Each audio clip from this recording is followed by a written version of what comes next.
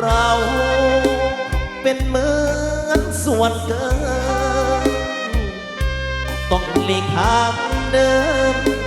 ห่างเหินเข้าไปดีกว่า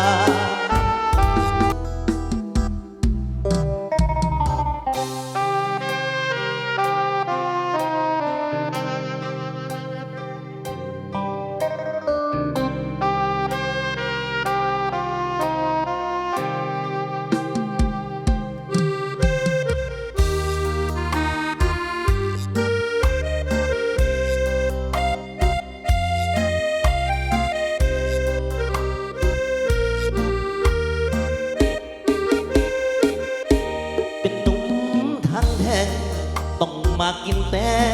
เช้าตาเพราะเห็นใจเขาเป็นแม่ไม้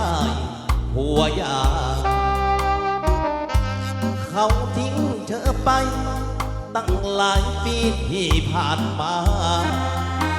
ผมเลยเมตตารักษาแผลใจเหมือนกับสาบแสงใครหนอตาบแสงปนปีหัวเก่าเขานี้กลับมาดีกันใหม่ทั้งที่เรานั้นเฝ้าเอาใจดูแลรับใส่ไม่ห่างไกลลาเราเป็นเหมือนส่วนเกินต้องหลีกทางเดินห่างเหินเข้าไปดีกว่าดีรักษาเศร้ายอมให้เขากลับมาหลีกไปให้ไกลดีกว่าเพื่อตัดปัญหารักซ้อนใจสูญสิ้นเธอไปมันปวดหัวใจนักหนาซ้ำอุรามีใครรักษา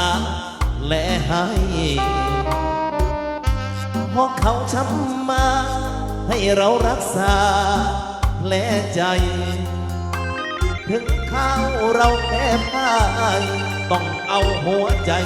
ไปรักษา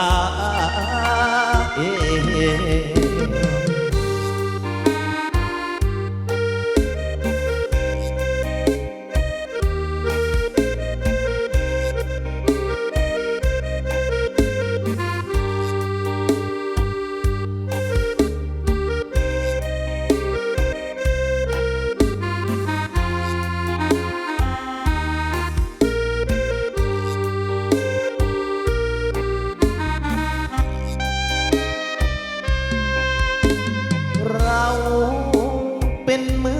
อนส่วนเกินต้องหลีกทางเดินห่างเหินเข้าไปดีกว่านี่รักษาเศร้ายอมให้เขากลับมาหลีกไปให้ไกลดีกว่าเพื่อตัดปัญหารักซ้อนใจสูญสิ้นเธอไปมันปวดหัวใจนักหนาซ้ำอุรามีใครรักษาแผลให้พอเขาช้ำมาให้เรารักษาแผลใจถึงข้าวเราแพ้พ่ายต้องเอาหัวใจไปรักษา